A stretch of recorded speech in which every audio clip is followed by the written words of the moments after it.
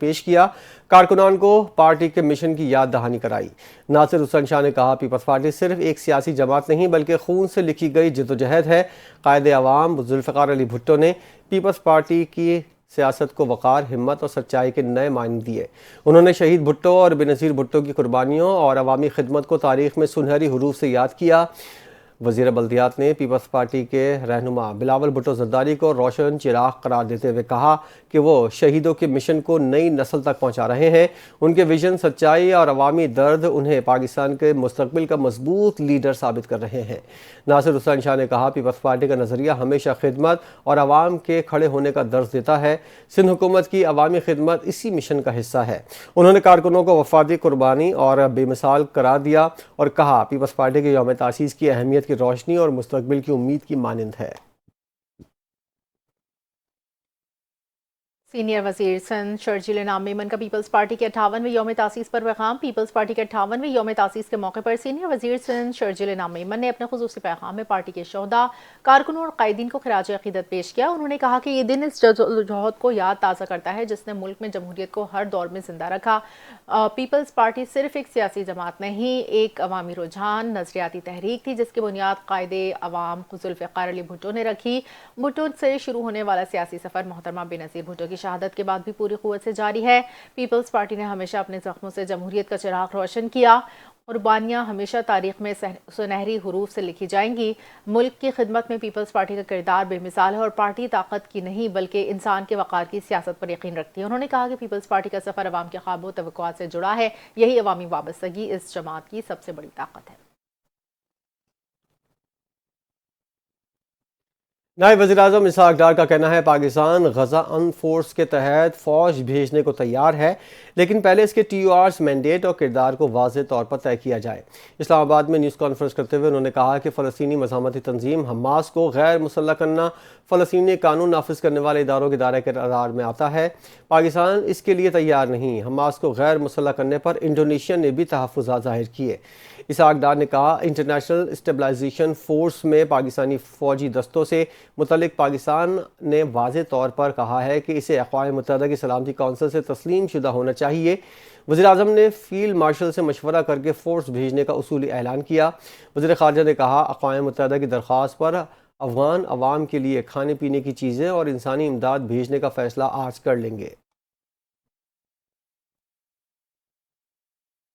پاکستان نے 27ویں آئینی ترمیم سے متعلق اقوام متحدہ کے ہائی کمشنر برائے انسانی حقوق کے بیان کو مسترد کر دیا۔ دفتر خارجہ کا کہنا ہے پاکستان کی پارلیمنٹ کی منظور کردہ 27ویں آئینی ترمیم پر اقوام متحدہ کی بے جا تشویش ناقابل فہم ہے۔ پاکستان دفتر خارجہ نے کہا آئینی ترمیم عوام کے منتخب نمائندوں کا اختیار ہے، جمہوری طریقہ کار ہونا چاہیے۔ پاکستانی انسانی حقوق، انسانی وقار، قانون کی حکمرانی کے تحفظ کے عزم پر قائم ہے۔ دفتر خارجہ کے بیان میں افسوس کا اظہار کرتے ہوئے کہا کہ پاکستان کا موقف اور زمینی حقائق اقوام متحدہ کے بیان میں شامل نہیں۔ یو این ہائی کمشنر خود مختار فیصلوں کا احترام کریں، تبصروں سے گریز کریں۔ یاد رہے اقوام متحدہ کے انسانی حقوق کے کمشنر نے اپنے بیان میں کہا پاکستان میں جلد بازی میں منظور کی گئی آئینی ترمیم عدلیہ کی آزادی کو کمزور کرتی ہے، اور ایک بیان میں ملٹری احتساب سے متعلق بھی تحفظات کا اظہار کیا۔ گزشتہ سال 26ویں آئینی ترمیم کی طرح یہ ترمیم بھی وکلا برادری اور سول سوسائٹی سے بڑے پیمانے پر مشاورت اور بحث کے بغیر کی گئی۔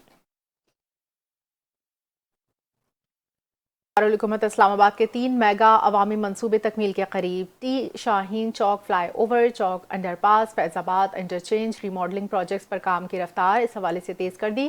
وفاقی وزیر داخلہ محسن نقوی نے ٹی چوک فلائی اوور، شاہین چوک انڈر پاس، فیض آباد انٹرچینج پروجیکٹس کا دورہ کر کے تینوں منصوبوں پر پیش رفت کا جائزہ لیا، تعمیراتی سرگرمیوں کا معائنہ کیا، تینوں منصوبوں کے ترقیاتی کاموں کی پیش رفت پر اطمینان کا اظہار کیا۔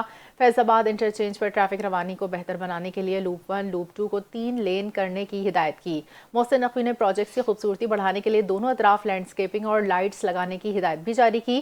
اس موقع پر وفاقی وزیر داخلہ محسن نقوی کا کہنا کہ منصوبوں کو جلد مکمل کرنے کے لیے تمام وسائل بروئے کار لائے جائیں۔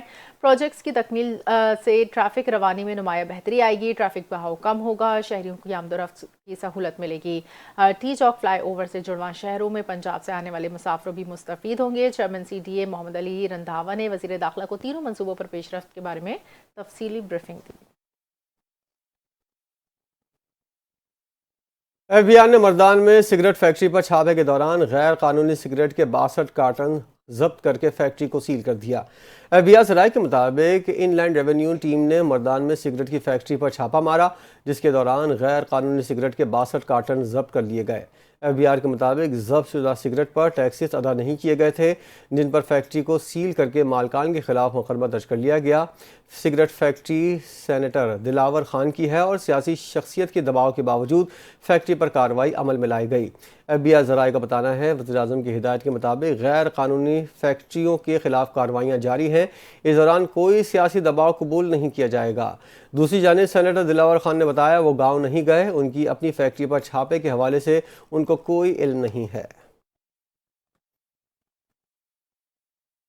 پاک بحریہ کے جہاز سیف کا سری لنکا میں انسانی ہمدردی کی بنیاد پر آپریشن، متاثرہ سری لنکن شہریوں کے لیے فوری امداد کے لیے کولمبو بندرگاہ پہنچ گیا۔ ISPR کے مطابق امدادی مشن میں پاک بحریہ کے PNS سیف اور عملے نے خوراک، ضروری ادویات، دیگر امدادی سامان سری لنکا پہنچایا، اور پاک بحریہ نے بحری جہازوں کے ذریعے جس امدادی سامان کی ترسیل شروع کی اس میں خشک راشن، پکا ہوا کھانا، ادویات، دیگر ضروری اشیاء شامل ہیں۔ ISPR کے مطابق انسانی ہمدردی کا مظاہرہ کرتے ہوئے یہ امداد سری لنکا کے ساتھ پاکستان کی جانب سے یکجہتی اور انسانی ہمدردی کا اظہار ہے۔ پاکستان کی جانب سے اس امداد کا مقصد طوفان سے متاثرہ افراد کو فوری ریلیف فراہم کرنا ہے۔ پاک بحریہ مزید معاونت کے لیے بھی امداد کی فراہمی جاری رکھے گی۔ سری لنکا میں تباہی پھیلانے کے بعد سمندری طوفان بھارت کی طرف بڑھنے لگا۔ میڈیا رپورٹس کے مطابق سمندری طوفان آج بھارت کے ساحلی علاقوں سے ٹکرائے گا۔ طوفان کے زیر اثر بھارتی ریاست تامل ناڈو کے ساحلی علاقوں میں بارشوں سے نشیبی علاقے زیر آب آ گئے، 50 سے زائد پروازیں منسوخ ہو گئیں۔ اس سے پہلے سری لنکا میں طوفان کے باعث ایمرجنسی نافذ کر دی گئی تھی۔ شدید بارشوں، سیلاب اور لینڈ سلائڈنگ سے 153 افراد ہلاک ہوئے۔ غیر ملکی ایجنسی کے مطابق حکام کا کہنا ہے زیادہ تر اموات لینڈ سلائڈنگ کی وجہ سے ہوئیں۔ شمالی اور مشرقی علاقوں میں 300 ملی میٹر بارش کی وجہ سے لینڈ سلائڈنگ ہوئی تھی۔